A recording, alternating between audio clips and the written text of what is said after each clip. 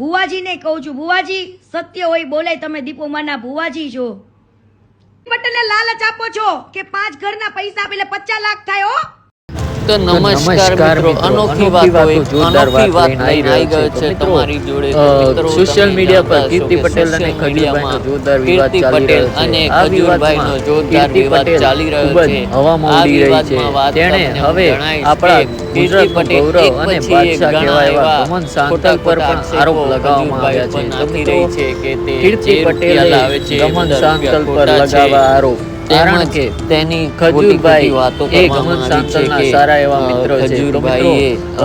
ગમન સાંતલે કીર્તિ પટેલને ફોન કરીને એવું કીધું કે કીર્તિ પટેલ આ વાતની હેન્ડલાઈ સમાપ્ત કરાવવા. પ્રેમ નથી કરતા અને તો કીર્તિ પટેલે ભુવાજીની ઇજ્જત કરી નહીં અને ભુવાજી વિશે પણ તેમજ કીર્તિ પટેલ એવું પણ કહી રહી છે કે હવે તમારું શું કહેવું છે? આપણા ગુજરાતનું ગૌરવ એટલે ગમન સાંતલ પર વાત આવી છે. તો મિત્રો, હવે આગળ જો આ વિડીયોમાં શું બોલે અને વિડીયો બનાવીને તેઓ.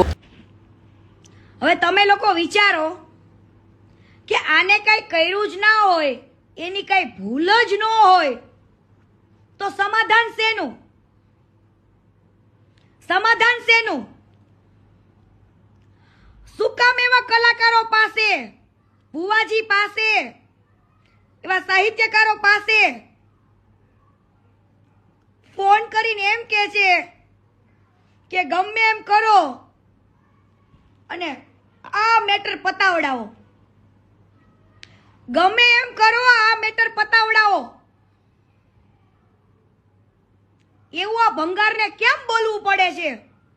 જે આને ભગવાન માને ને એ આને પૂછો. બાકી કાલે કોઈ સાહિત્યકાર નહીં આવે મારા માટે, કોઈ ભુવાજી નહીં આવે, તો મારી પાસે બધું જ છે. યા લાઈવમાં ચેતવણી આપું છું, કાલ સવારે તમને એવું ન થવું પડે કે અમે તો સમાધાન માટે આવ્યા હતા અને કીર્તિબેન તમે આવું કર્યું. પણ હું તમારા ખિલાફ નથી કે તમે મારા દુશ્મન નથી, પરંતુ તમારે એક સત્ય વાત તો પબ્લિકને કહેવી પડે. હો, ડાયરામાં તો બહુ વખાણ કરો છો, ડાયરામાં બહુ વખાણ કર્યા, તો હવે પર્સનલમાં શું છે? ડાયરામાં તમે જ્યારે વખાણ કરતા